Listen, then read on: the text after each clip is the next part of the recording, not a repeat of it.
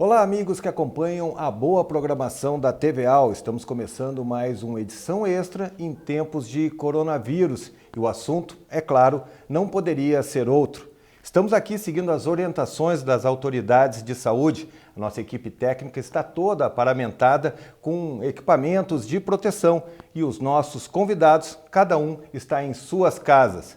É nesse clima responsável que queremos debater todos os aspectos dessa pandemia em Santa Catarina com os colegas Muricy Balbinotti, ele que é da agência Adjori, e Hildo Silva da Silva, jornalista e professor universitário.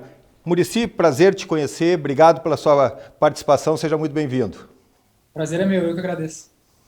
Hildo Silva da Silva, grande amigo, colega de longa data, legal te reencontrar de novo, obrigado pela participação. Privilégio, Alexandre Gonçalves, poder participar desse programa sob o seu comando aí, muito bacana. Interessante esse formato de isolamento social, cada um no seu ambiente, já para mostrar para a população que é possível. É verdade, é verdade. Essa é uma das lições, talvez, que a gente possa tirar de todos esses episódios e, se der tempo, vamos abordar essa questão também. Eu quero começar, senhores, pelo assunto do dia, que foi a conversa do secretário de Saúde do Estado, Elton Zefirino, com os deputados estaduais em um encontro remoto promovido pela Assembleia Legislativa na terça-feira, dia 14 de abril. Os deputados estão fazendo vários questionamentos com relação à postura do governo do Estado, principalmente no que diz respeito à transparência. Muricy, qual é a tua avaliação desse encontro? O que você acha que é possível extrair desse primeiro encontro com os deputados? Bom, o resultado é muito positivo, né? Talvez um pouco tarde, dado que a gente já tem aí mais de 20, 25 dias de quarentena. Acho que esse diálogo poderia ter acontecido antes, mas foi um diálogo muito positivo. Quando a gente fala no governo do Estado, prestando esclarecimentos para a Assembleia Legislativa, está falando, claro, no governo conversando com a população, porque essa demanda é a demanda que vem da base, né? Toda vez que a gente fala numa audiência dessa, toda vez que um secretário vai numa audiência dentro de uma comissão da Assembleia, a gente tem tanto o aspecto técnico, né, de saúde, quanto político. Então, a gente tem essa questão de perguntas sobre leito de UTI, perguntas sobre hospital, sobre testes, mas também uma questão política, de um questionamento de alguma atitude que o Estado tomou, que os deputados não concordam. Colocar tudo isso em discussão é muito importante nesse momento, para a gente ter certeza que Santa Catarina está indo no caminho certo para conseguir combater a pandemia mais efetivamente do que outros países conseguiram. Hildo, qual é a sua avaliação inicial aí desse encontro, primeiro encontro do secretário de Estado com os deputados catarinenses? Já estamos fechando 30 dias do primeiro decreto do governador que colocou em quarentena o Estado de Santa Catarina com os meios de produção, com a circulação de pessoas, com todos os componentes envolvendo a sociedade. Como disse o Muricy, um pouco tarde, os deputados requisitaram a participação do secretário. O secretário vem a público e esclareceu o que o governo do Estado tem feito. Houve críticas sobre alguns setores que ainda estão com isolamento até esse momento e que vão continuar ainda nos próximos dias, mas é o papel do legislador ouvir a autoridade do executivo e acompanhar o que está sendo feito. Importante a reunião, mesmo que tardia, extremamente importante, porque o secretário da Saúde, esperamos, né, que ele esteja conduzindo, ouvindo alguns setores da sociedade para tomar as decisões que estão sendo tomadas. Há muitas críticas, inclusive do prefeito aqui do Tubarão, o prefeito Juarez Ponticelli tem feito muitas críticas que o governo do Estado não tem consultado os prefeitos para adotar as medidas, e algumas bastante rigorosas. Quanto mais rigor nesse isolamento social, menos a impressão de que ele é necessário, né? Enquanto dá resultado e não há a propagação do vírus de forma exponencial no seio da sociedade, com muitas internações, e aí a exaustão dos serviços de saúde, especialmente do serviço público e dos hospitais filantrópicos, quanto mais isso é retardado, maior a impressão de que não é preciso. Mas os deputados fizeram um papel importante em fazer uma série de questionamentos decisivos e determinantes, né, inclusive alguns colocando contra a parede o governo do Estado, nas ações do secretário, por exemplo, na contratação de um hospital de campanha, coisa que o governador Moisés já havia descartado, dado que o Estado tem mais de 90 hospitais parceiros filantrópicos. Aqui em Tubarão tem o maior hospital do Estado no número de leitos, Nossa Senhora da Conceição, que precisa de alguns leitos de UTI e que poderia ter alguns desses leitos de UTI que vão estar sendo alocados nesse hospital de campanha no Vale do Itajaí. Eu vou querer esmiuçar alguns pontos das perguntas, dos questionamentos feitos pelos deputados, mas eu queria pegar uma palavra muito em moda ultimamente, que é a questão do isolamento. O Wildo até falou a questão do isolamento social. Porque parece que o governo, quando deu essa crise toda, ele acabou se isolando entre os deles e achou que seria um mecanismo mais fácil de tomar as medidas necessárias para combater. Só que o parlamento tem o seu papel, tem a sua responsabilidade histórica. O Wildo falou também dos prefeitos, mas nesse caso específico nós estamos falando dos deputados. Então, esse movimento que o parlamento quer do governo do Estado, do chefe do Executivo, para tentar encontrar ou pelo menos compartilhar soluções e decisões. Qual é a sua avaliação, Muricy? Bom, acho que uma palavra-chave nesse sentido é legitimidade, né? Quando a gente fala numa audiência, voltando ao aspecto político, quando a gente fala numa audiência no sentido de trazer um secretário para uma comissão para perguntar coisas, questionar coisas, a gente está falando que nos dias anteriores a isso, se falhou na comunicação. Porque essa relação de deputados e secretários, ela é constante em todas as pastas e entre todos os parlamentares. Se a gente está tendo uma audiência como teve, grande, exaustiva, com vários questionamentos, significa que o governo não se comunicou com os parlamentares como deveria anteriormente. Se tivesse feito isso, muito provavelmente até nem precisaria ter sido feita uma audiência como essa. A gente tem também como pano de fundo, nessa segunda-feira, o deputado Valdir Cobalcini já avisou que está saindo do grupo econômico, fez uma reclamação, postou nas redes sociais, que está saindo do grupo econômico porque não viu efetividade na discussão ali, entrando no rol dessas reclamações de centralização das decisões do governo. Então a gente percebe que sim, houve um problema que está claro, né, de discussão com a Assembleia, também tem um problema de discussão com os prefeitos, né? A FICAM fez uma proposta que não foi aceita pelo governo, mas o governo cedeu em parte. Enfim, houve um problema de comunicação nesse sentido. O que eu acredito, é uma situação excepcional. Então a gente tem que dar um voto de confiança no governo, porque o governo vão ter informações que a gente não tem, vai ter condições de analisar muito melhor do que a gente. Mas ou o governo toma atitudes com legitimidade, como eu falei no início, ou ele reparte essa decisão com os outros poderes, com a sociedade, para também que as pessoas em casa consigam acreditar na palavra do governador, quando o governador fala para ficar em casa, quando o governador fala que é para usar máscara, quando ele fala que a rede de saúde tem capacidade. Para o cidadão se integrar nessas questões, ele precisa saber o que está acontecendo e ter transparência nessas questões. A audiência é uma prova de que essa transparência falhou desde o início da pandemia até aqui. E, Hildo, quero te trazer também, porque o Muricy falou bem que é um momento excepcional, mas essa característica de dificuldade de diálogo tem marcado a relação entre o governador e a Assembleia Legislativa.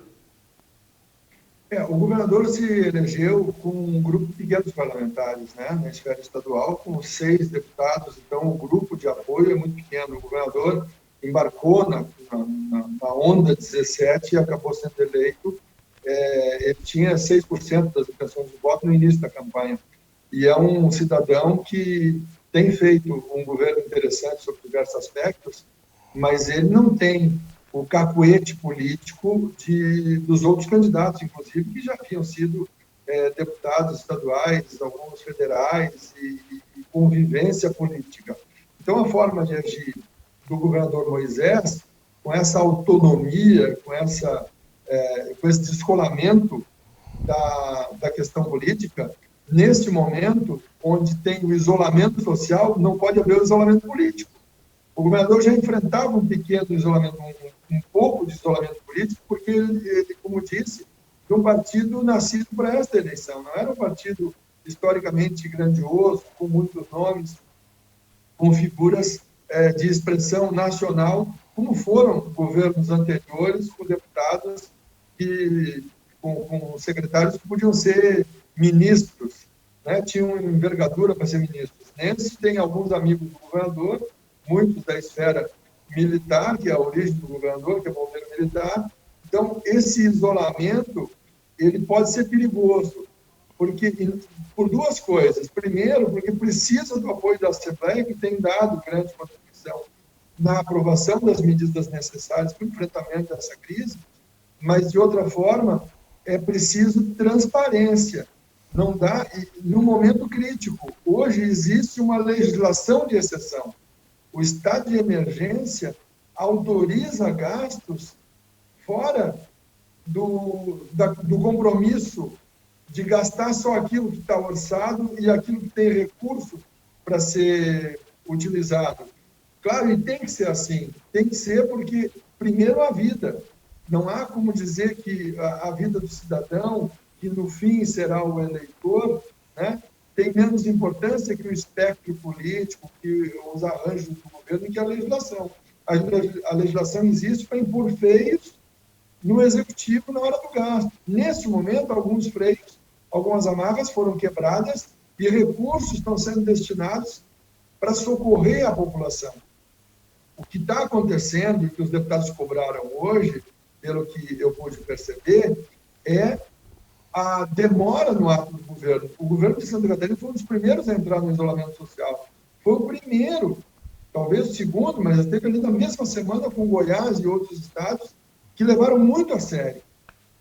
Mas esse levar a sério era para achatar a curva e dotar o Estado da capacidade de atender a população, não todo mundo ao mesmo tempo, mais gente ao longo do tempo.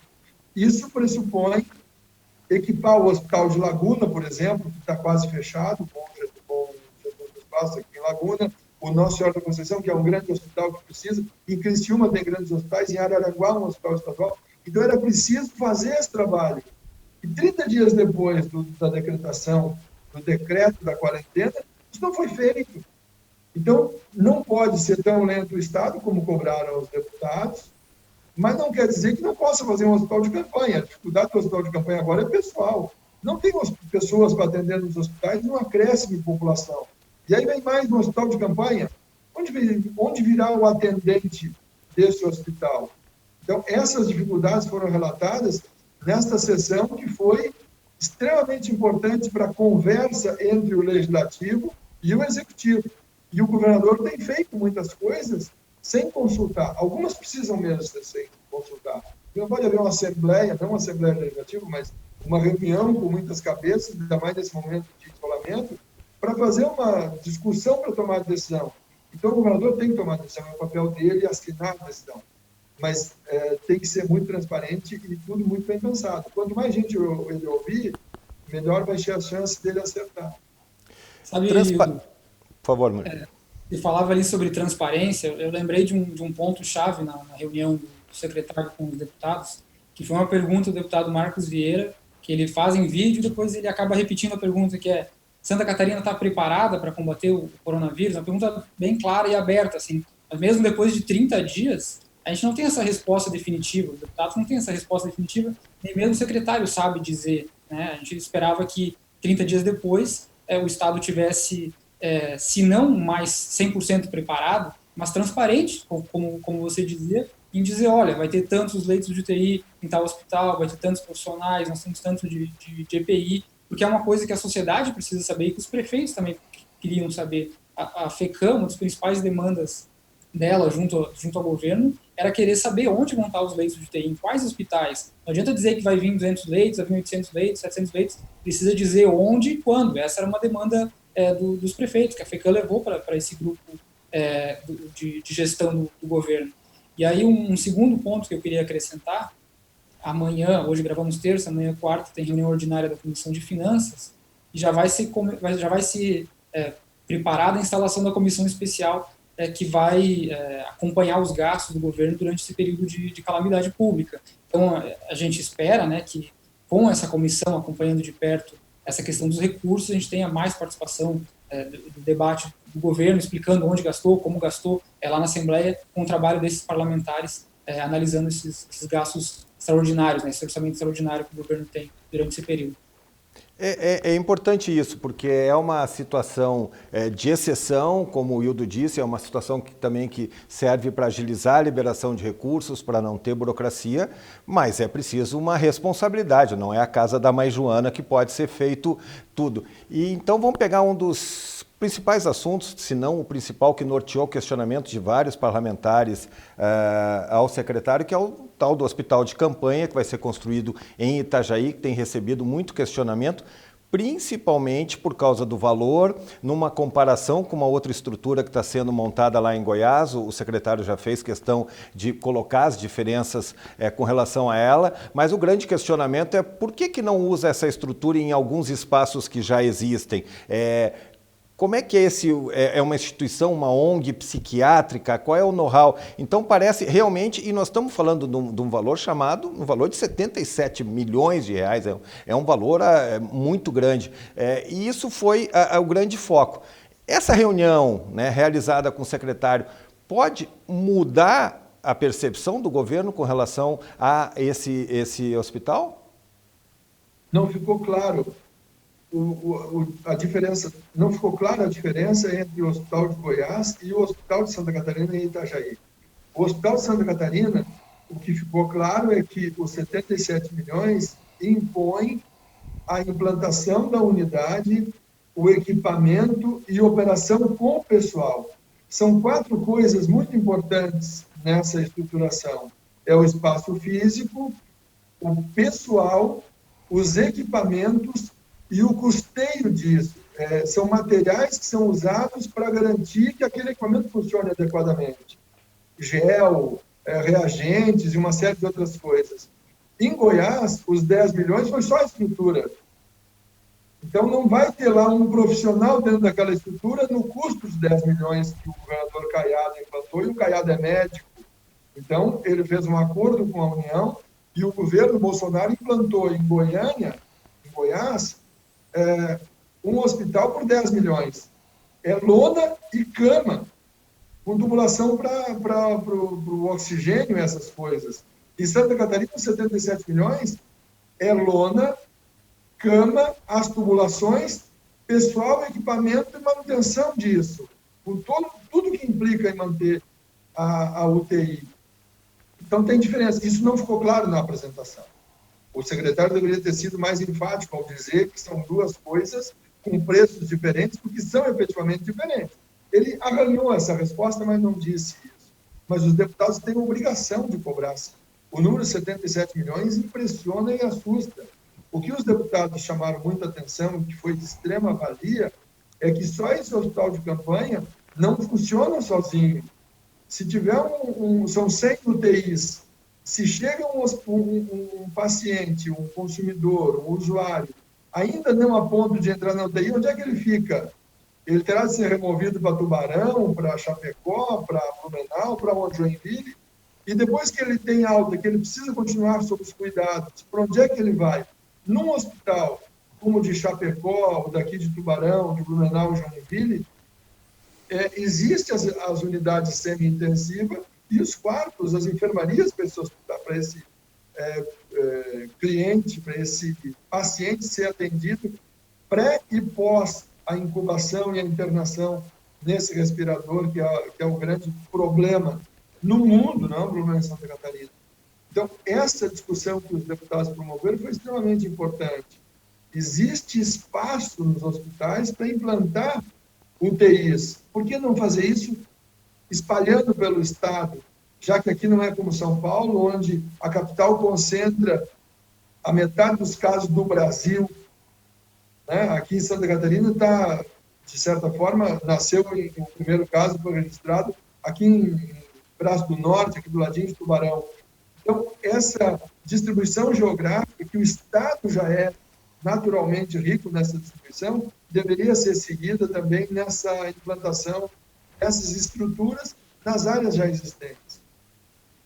Muricy, para a gente fechar esse bloco aí, a tua percepção pode mudar alguma coisa com essa convicção do governo com relação a esse modelo de hospital de campanha? Sim, foi esse modelo do hospital de campanha foi um passo diferente do que o governo já vinha fazendo. O governo anunciou que ia quer comprar equipamentos, quer trazer leitos de UTI, que os leitos de UTI iam ser colocados na rede pública e filantrópica, pulverizado pelas regiões, e o governo vinha fazendo isso e daqui a pouco dá um salto com 100 leitos. Aí a gente volta com um problema de comunicação do governo. Assim, não, por que 100? Essa é uma resposta que ainda não, para mim, pelo menos não apareceu. Por que não 50, ou 150, ou 200? Por que em Itajaí? A gente vai ter um pico de casos em Itajaí? Ou não? Ou ele vai atender a Grande Florianópolis, vai atender o norte do estado? Por que a gente está colocando 100 em Itajaí? Não, coloca 50 em Itajaí, 50 em Chapecó. Quando o governador vem a público e diz que vai ter contratação de pessoal, que é contratação de serviço, lixo, ele explica o valor. E 76 milhões, assim, para a saúde, quando a gente gasta, por exemplo, um cidadão gasta com um plano de saúde, ele paga para não se incomodar. Né? A gente fala, melhor gastar e sobrar, né? Melhor que se nem precise desses 100 leitos, né? Se não se ocupar esses 100 leitos, melhor ainda, né? Se gaste para a saúde para ter essa segurança, né? Mas, assim, precisa que o secretário teve um planejamento, não posso acreditar que ele não teve. Então, venha a público dizer por que são 100 leitos, por que é em Itajaí, conversa com os deputados da região, conversa com o presidente da Comissão de Finanças, traz isso a público e explica por que dá esse passo tão grande. O governo disse que ia aumentar o número de leitos, ia dobrar de 700, ia colocar mais 800, né? Dentro disso, a gente estava falando sobre o aumento em pequenas quantidades de leitos de UTI, em hospitais filantrópicos, hospitais públicos, e ele hoje ele anunciou, até agora são 257 leitos de UTI. Então, a gente vai dar um salto de mais 100. É um passo longo. Por que a gente precisa dar esse passo agora? Né? E aí eu vou fazer uma outra colocação, que é assim, o governo do estado, ele tem condições de comprar equipamentos e fazer gestão dos hospitais que são conveniados, né? E públicos. Quando a gente coloca na mão de uma empresa para fazer isso, muito bem, por uma questão de urgência, de burocracia, pode ser que a empresa faça esse trabalho mais rápido. Mas o precedente que a gente tem de licitações, de empresas contratadas pelo poder público, muitas vezes são de empresas que às vezes não são capacitadas, às vezes pedem um adicional no meio do caminho, não conseguem entregar no prazo. Então, assim, se houve um momento para o governo se organizar, acho que ele deveria ter se organizado para fazer isso de forma pública. Que essa contratação, por exemplo, daqui a pouco a empresa que perdeu entra na justiça de novo, a justiça concede uma nova liminar, a empresa que pegou a instalação atrasa, né, não consegue, é uma obra de urgência, né, se ela não consegue montar, se ela não consegue contratar profissionais, se ela não consegue comprar os equipamentos estão sendo muito disputados, né, então a gente tem um problema nisso aí. Eu acho que uma questão de gestão poderia ter sido mais explicado e ter um pouco mais de transparência na contratação do hospital. Senhores, eu vou fazer um breve intervalo nessa nossa conversa. No próximo bloco, vamos continuar analisando alguns pontos ainda dessa reunião do secretário de Estado da Saúde com os deputados. Esse é o Edição Extra, que está analisando a questão do coronavírus em Santa Catarina e também a questão política, a relação aí do governo do Estado com a Assembleia Legislativa e vice-versa.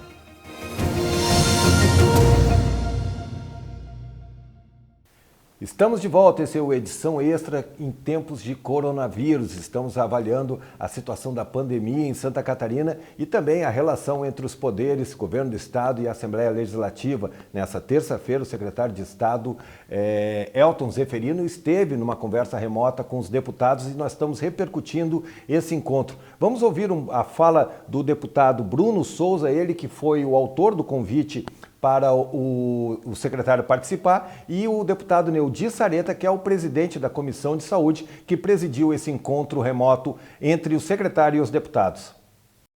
Eu acredito que a reunião foi muito proveitosa com o secretário de Saúde, porque nós podemos aqui através dela, exercer uma das características que muitas vezes é esquecida, mas que faz parte da função de um deputado, que é a fiscalização.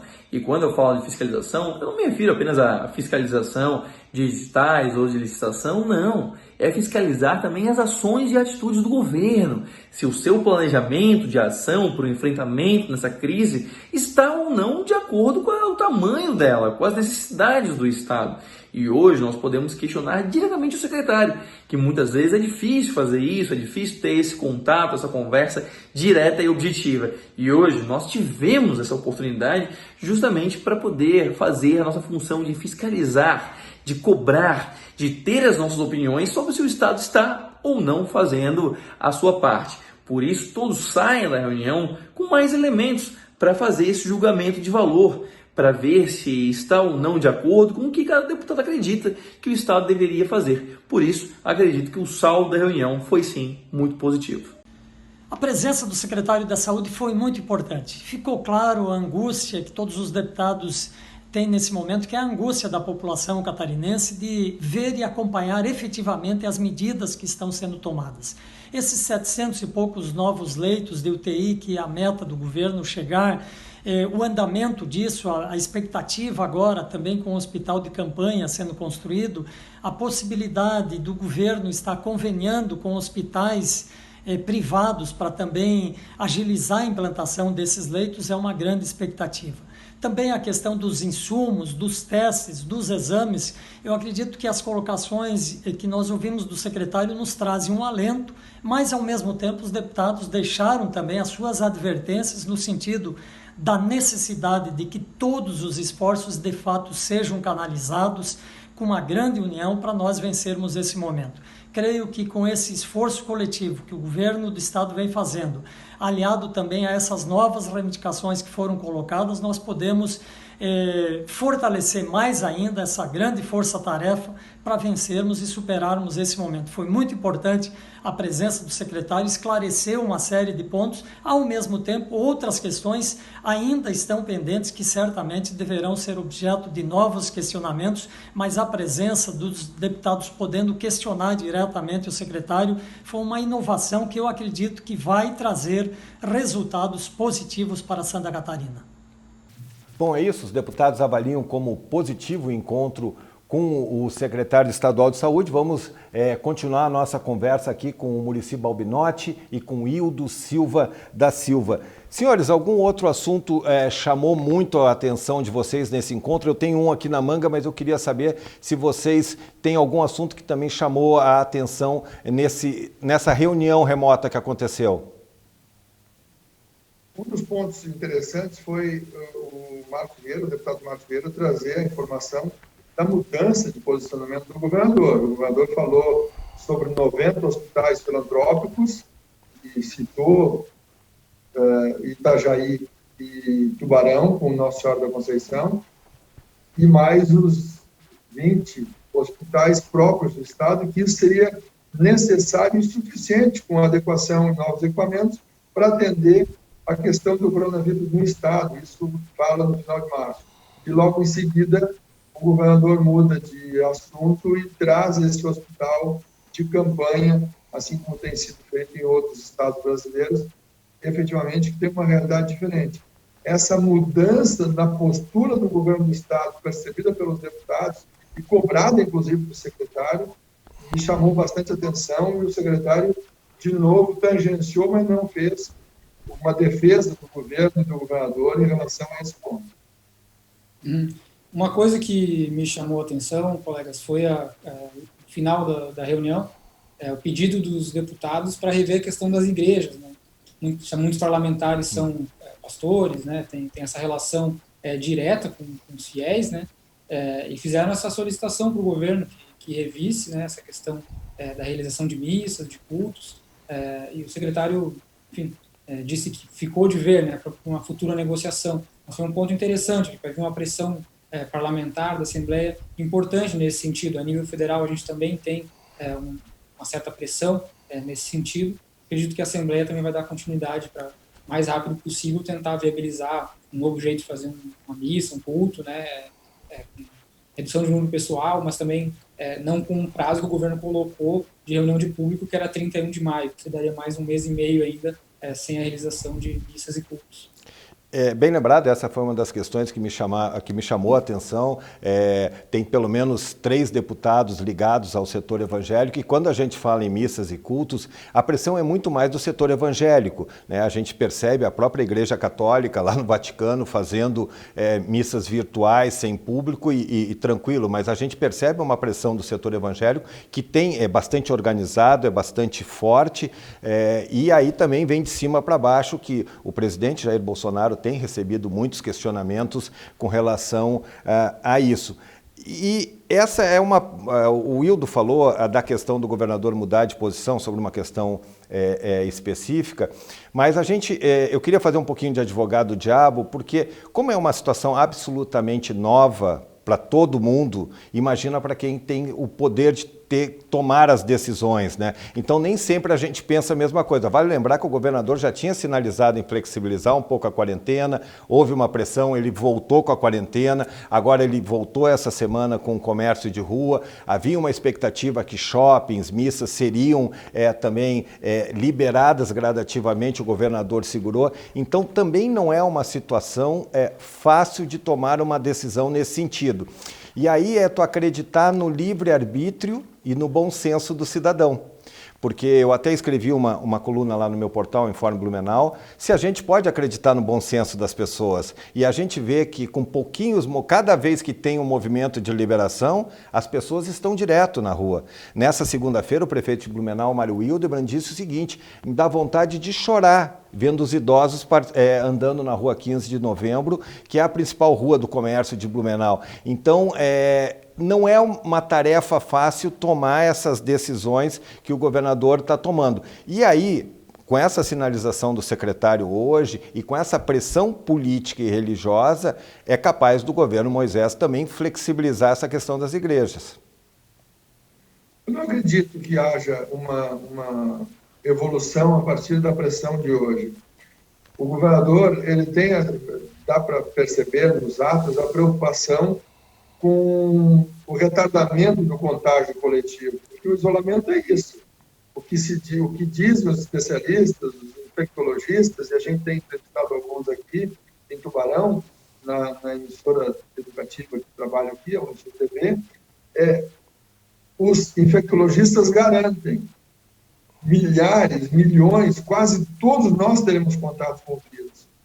Muitos, a esmagadora maioria não terá nenhum efeito. Vai parecer uma coriza, um espirro e passou. Isso na maioria das pessoas. O problema não é a maioria, o problema é o volume de pessoas que será afetado sensivelmente com risco de vida, com risco de morrer, por conta do vírus, que é extremamente letal, em percentual de 4, 5% dos casos. E tem gente jovem, aqui morreram 2 rapazes de 30 e poucos anos, um músico que não tinha problema nenhum, não era cardiopata, não tinha asma, um cara gozando de plena saúde, e aos 34 anos foi morto depois de 18 dias de internação. 18 dias na UTI. Se cada cidadão precisa ficar 10, 12 dias na UTI, 2 semanas na UTI, não tem UTI para todo mundo.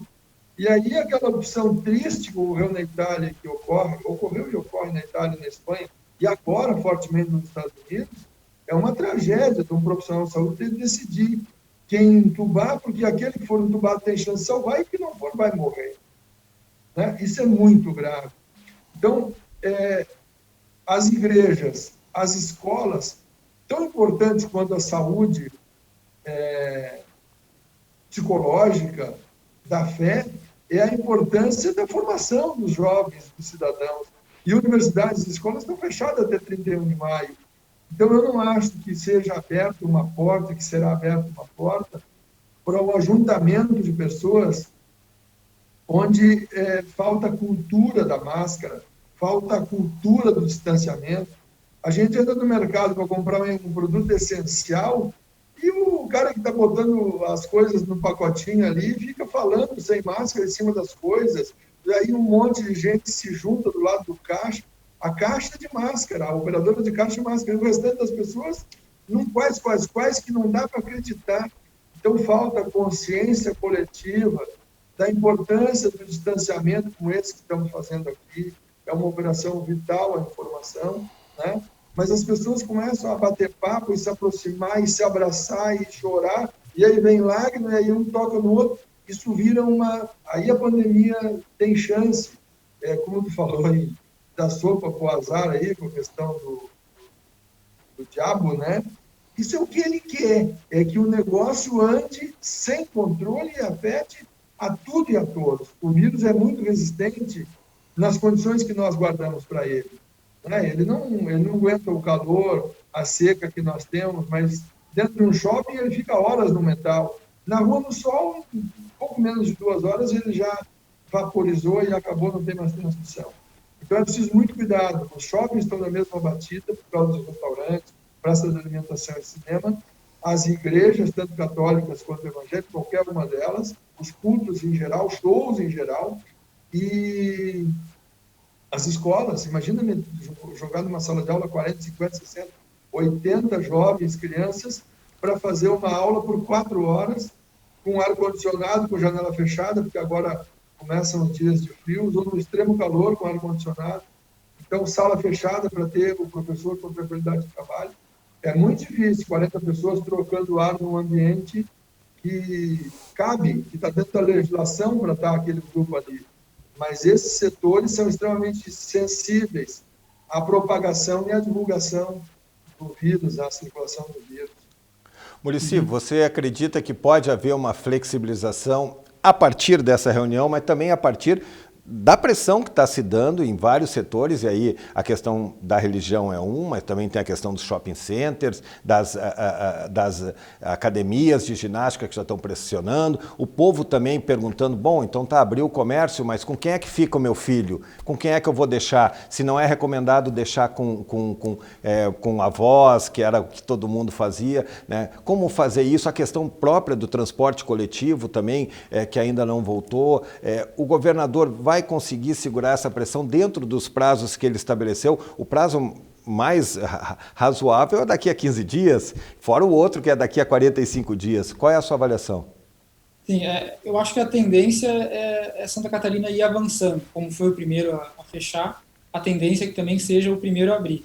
Um dos principais problemas que a gente tem, né, nessa questão da pandemia é que a gente não tem uma régua para medir, não tem um protocolo para se preparar para um caso como esse. O que a gente teve como um pouco de sorte foi ter alguns estudos prévios da China, da Coreia, da Espanha e da Itália, casos em que o combate foi positivo e casos em que o combate foi negativo, para a gente poder se comportar aqui em Santa Catarina. O governo agiu rápido, é preciso que a gente mencione isso, mas agiu e sempre disse que esse tempo de quarentena era um tempo para que a saúde do Estado se preparasse sua estrutura para um número maior de pacientes que fosse procurar o Sistema Único de Saúde. Mas esses 26, 27 dias que a gente também está recluso, é um tempo que também houve preparação dos cidadãos, né? De pessoas que começaram a fabricar máscaras, de empresas que começaram a fabricar respiradores, de pessoas que acompanharam o noticiário, e aí a gente está falando de um crescimento de consumo da imprensa que foi bem importante nesses últimos dias, tanto televisão, rádio e jornal, que fez um papel muito importante nessa pandemia, das pessoas se prepararem e saberem como se comportar a partir de agora, porque a gente vai voltar, o governador tem falado sobre essa questão do convívio com o vírus, quando a gente voltar, a gente precisa que as pessoas estejam preparadas, assim como o sistema de saúde está sendo preparado.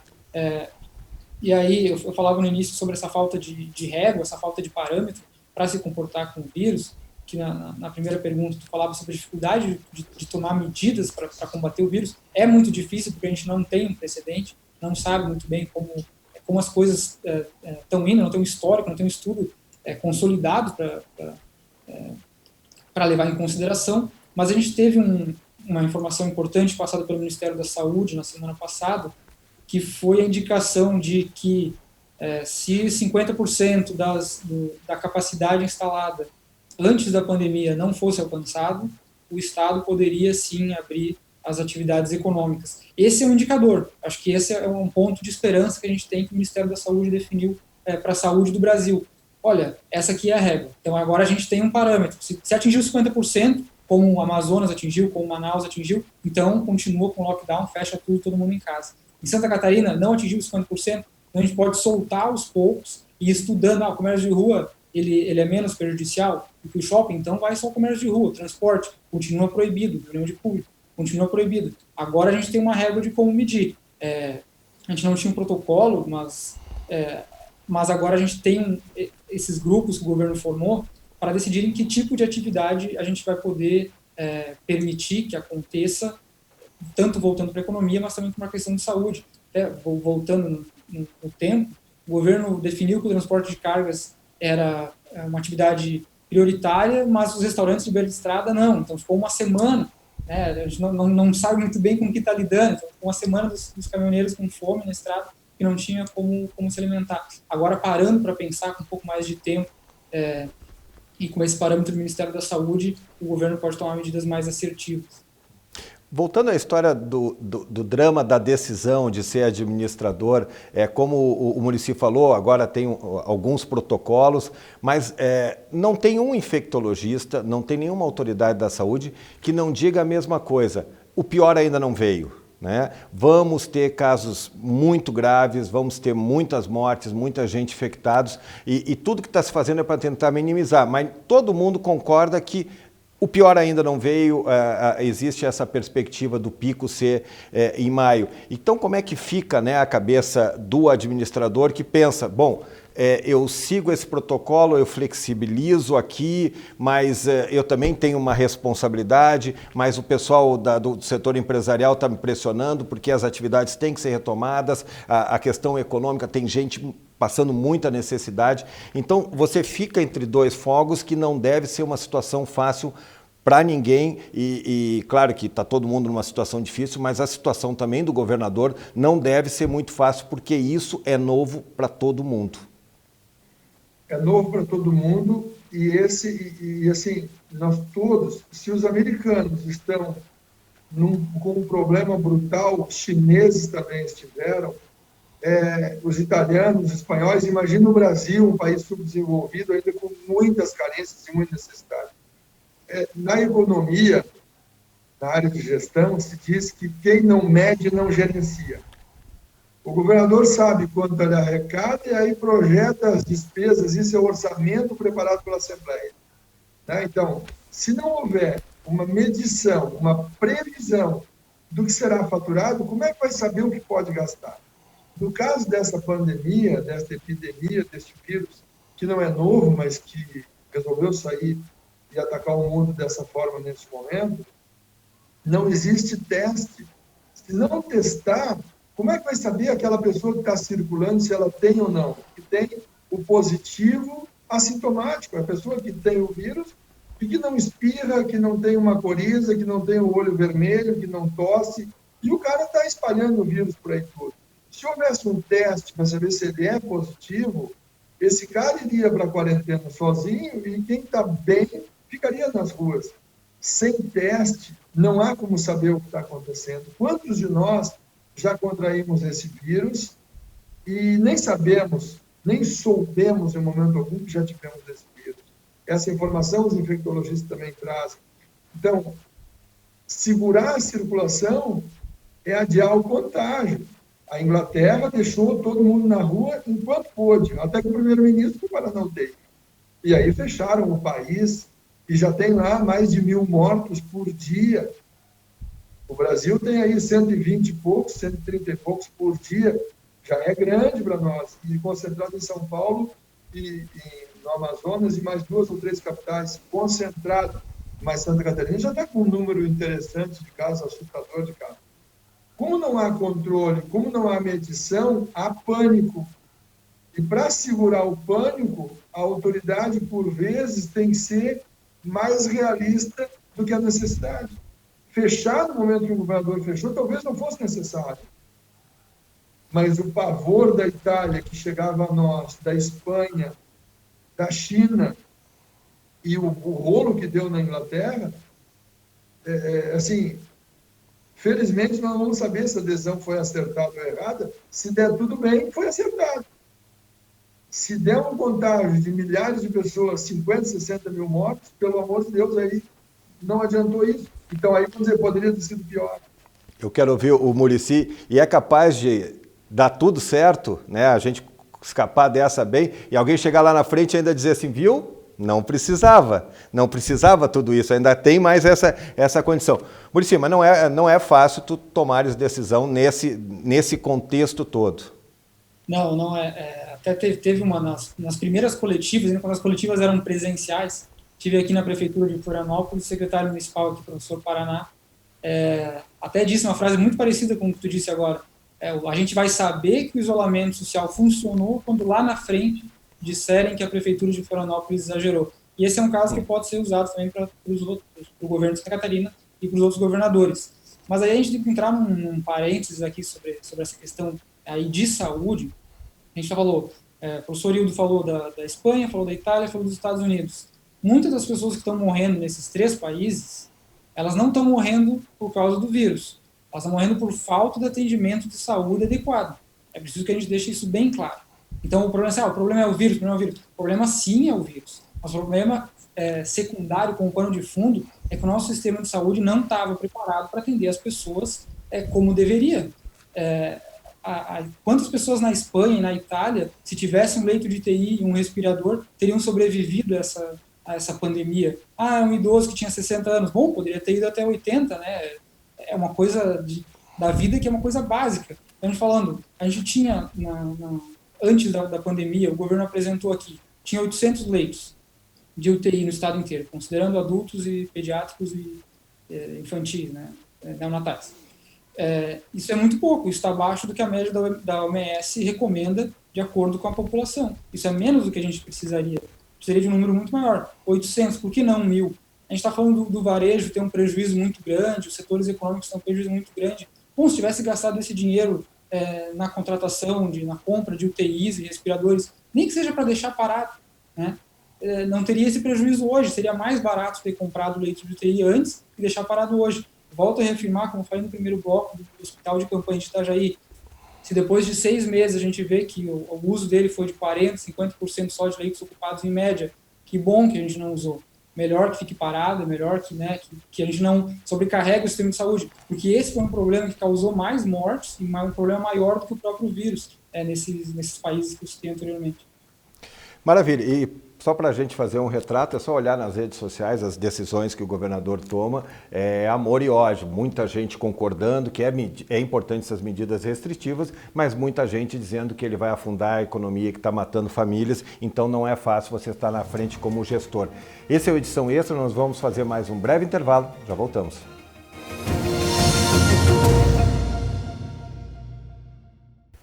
Olá, estamos começando o terceiro e último bloco do Edição Extra, que hoje analisa a questão do coronavírus e a sua relação política entre governo e Assembleia Legislativa. Nós passamos aí praticamente todos os 2 primeiros blocos falando da reunião do secretário estadual de saúde com os deputados estaduais. Vamos ouvir então a posição do secretário estadual da saúde.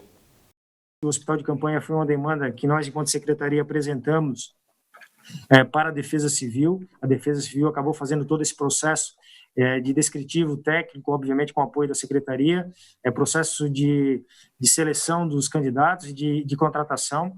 Esse hospital de campanha ele está dimensionado para 100 leitos de UTI, e obviamente quando se fala em leitos de UTI nós estamos falando de alguns requisitos que não seriam aqueles tradicionais de um hospital de campanha. Por exemplo, eu posso citar para os senhores e para as senhoras a questão de disponibilidade de tomografia. Então, eu preciso ter disponível neste ambiente uma tomografia para fazer a avaliação desses pacientes. Não teria sentido algum nós contratarmos esta quantidade de leitos a depender da tomografia, por exemplo, do Hospital Marieta, que já está soberbada.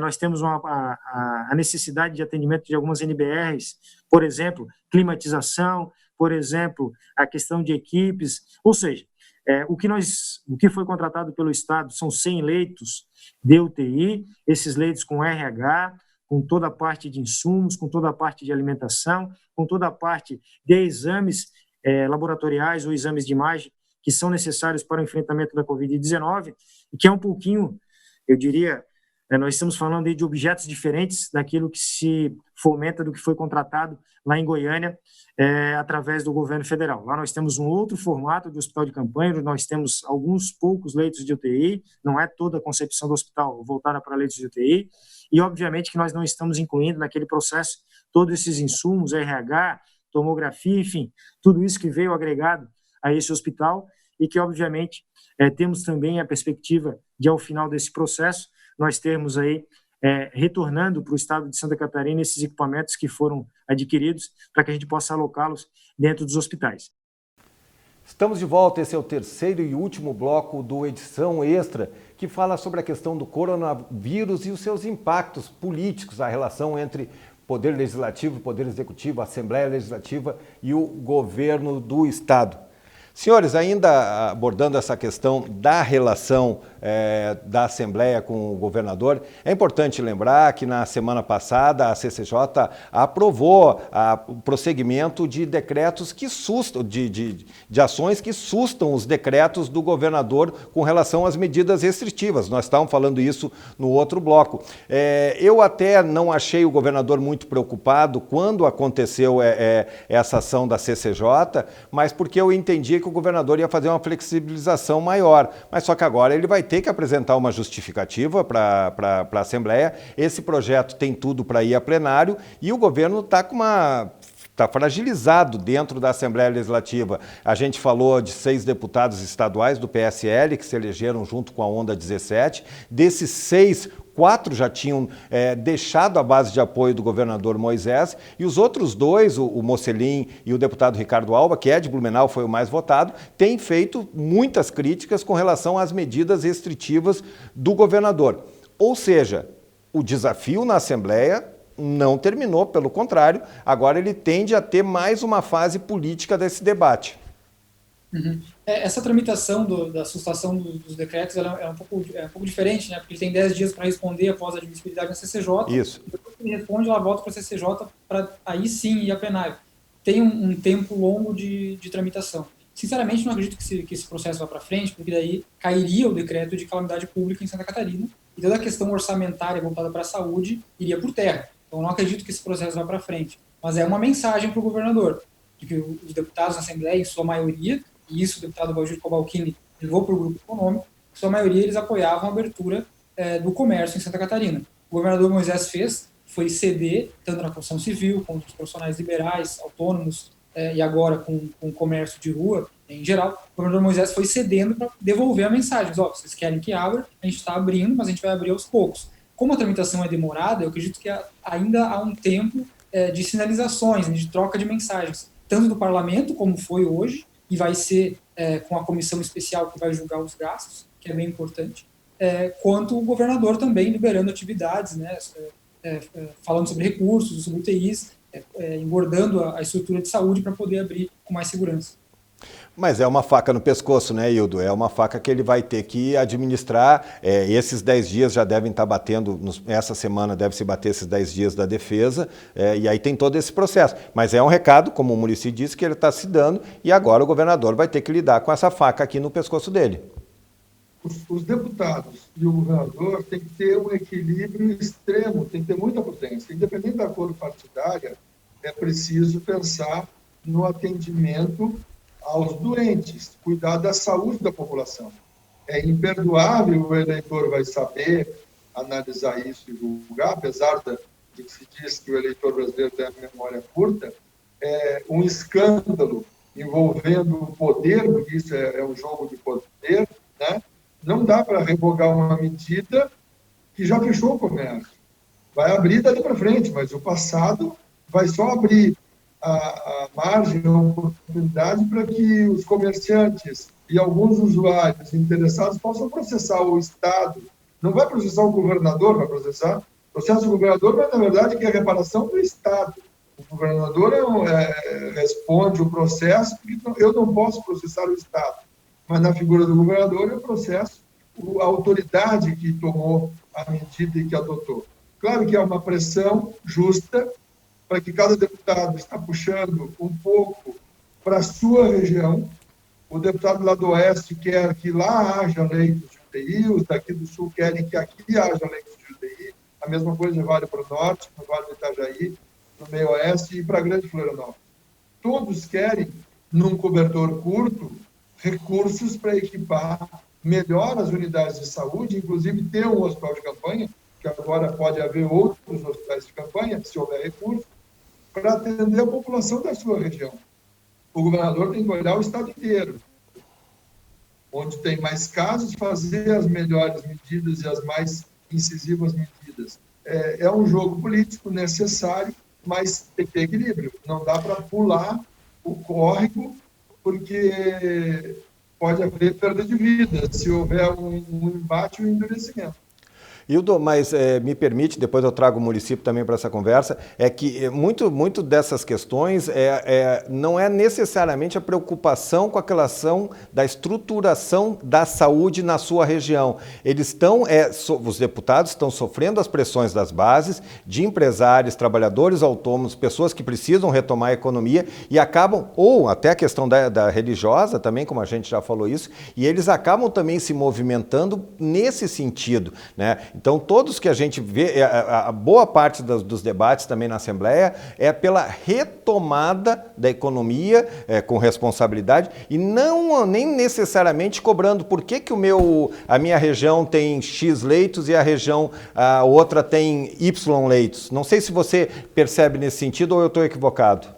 Não, está claro isso, é verdadeiro. Aqui no sul do estado, uma região de mais de 1 milhão de habitantes, onde estão Criciúma, Tubarão, Braço do Norte, Araranguá, o governo do estado aumentou em 28 leitos, dos que já existiam, tem 28 novos. 10% do que foi aumentado em todo o estado, numa população que significa 20% da população catarinense. Então, é desigual, está sendo desigual. Não tem dúvida que a questão da atividade econômica é um foco muito importante. Tanto o presidente Bolsonaro tem puxado a fila em defesa da volta da reabertura. Ocorre que só em Tubarão, nos primeiros 15 dias, estamos chegando a 30 dias agora, nos primeiros 15 dias, a CDL, o comércio local, registrou uma perda de 170 milhões nas atividades econômicas no comércio. Com 17% disso para ICMS, são quase mais de 30 milhões. Tem o retorno para os municípios, mas mais de 30 milhões. Uma boa parte do dinheiro vai precisar de uma cidade. Meio hospital de Itajaí deixou de ser faturado em Tubarão. Poderia ter sido faturado, entregue no cofre. A atividade econômica é importantíssima. O orçamento não se cumprirá. E aí o duodécimo da Assembleia e do Judiciário e do Ministério Público também não se cumprirá. Então, essa preocupação com a atividade econômica é lícita. E para as escolas vai esse dinheiro, e para os hospitais, e para a infraestrutura com estradas. Então, o deputado tem a obrigação de fazer o pleito e de alertar para o problema. O governador está de olho na caneta que libera ou não recursos que não virão mais esse ano e talvez já não venham no ano que vem. Então, é um problema seríssimo. Se ficar o bicho pega, se correr o bicho come.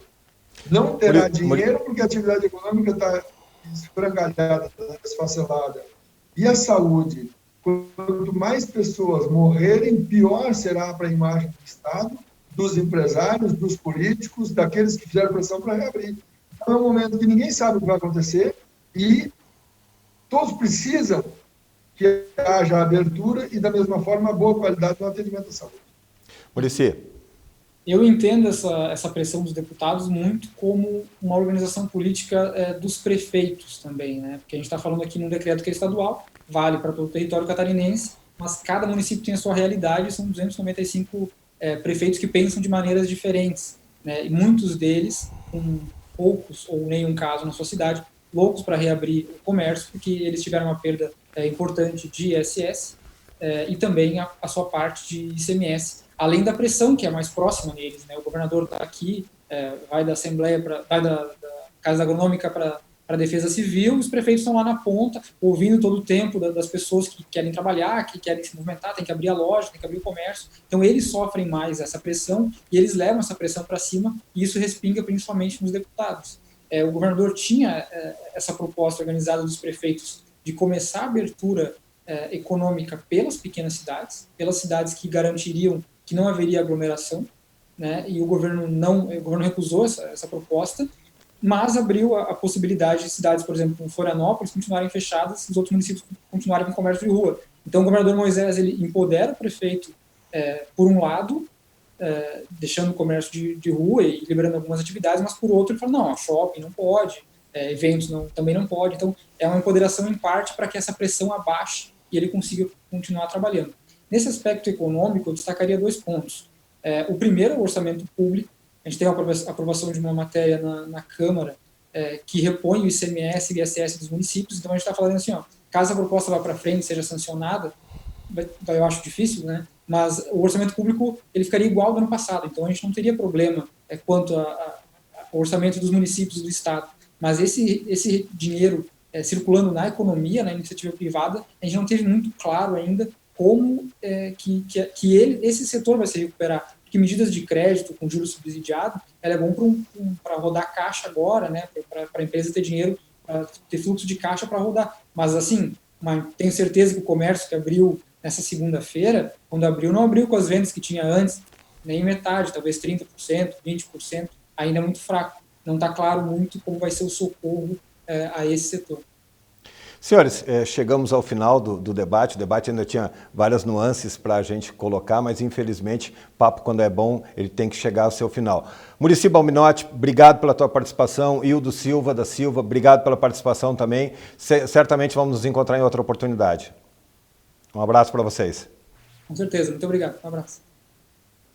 Um abraço, Hildo. Obrigado, Muricy, obrigado à TVAE. E assim encerramos mais uma edição extra em tempo de coronavírus. Você já sabe, se puder, fique em casa o máximo que der e se não, saia com os equipamentos de proteção necessários. Eu estou sem aqui a minha máscara, mas logo, assim que acabar essa gravação, estou colocando ela. Um grande abraço, até a próxima.